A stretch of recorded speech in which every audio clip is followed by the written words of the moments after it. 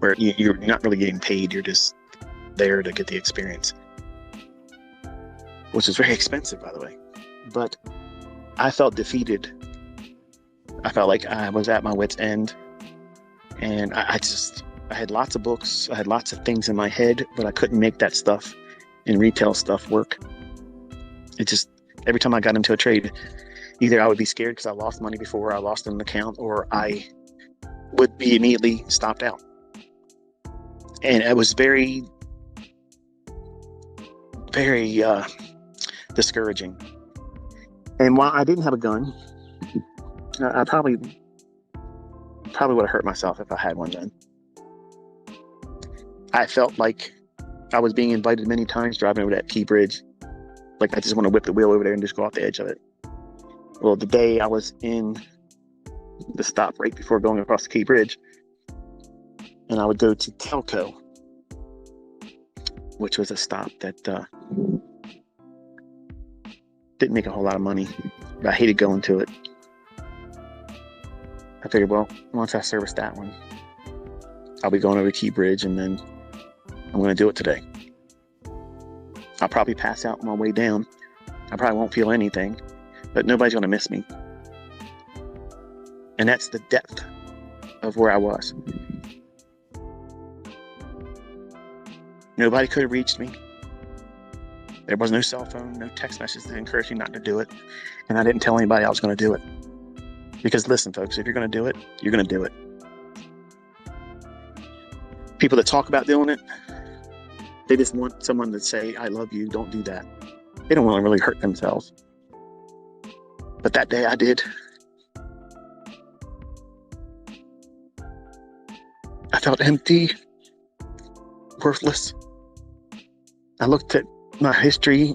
My own parents didn't want anything to do with me. And the only person that looked at me like a son was my grandfather. He was gone. I had no direction in life.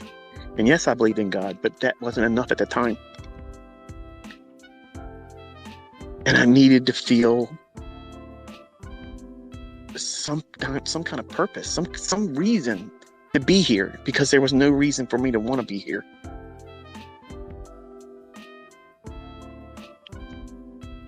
I got on the Key Bridge, got on the right lane, got to the top, stopped. Put my hazards on. I said, it would be terrible for me to take this truck and hurt this company. They'd have to pay for that damage. I'm just going to go off of it. It only takes me a second to get up there. I'm just going to step off and that's it. Once I'm over, it's over. I can't stop it. And again, I'll probably pass out before I hit.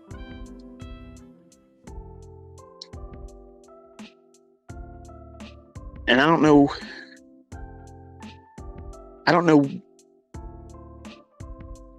why that day. What was I didn't wake up that morning and think it. It was while I was working. While I was working and thinking about what I was doing and how I felt trapped doing that. And I didn't see an out. I never drank alcohol. I never did drugs.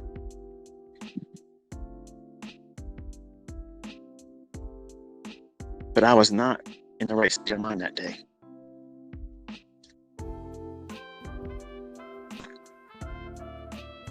Something said,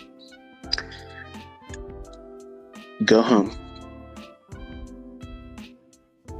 and don't think about it.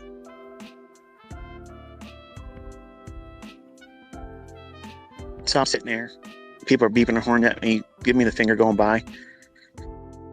You a-hole, what's that? You know, whatever. Typical Baltimore. So I started the truck again, went to the stops, finished my route. Didn't hang out like I usually did with my employer. Drove home, numb,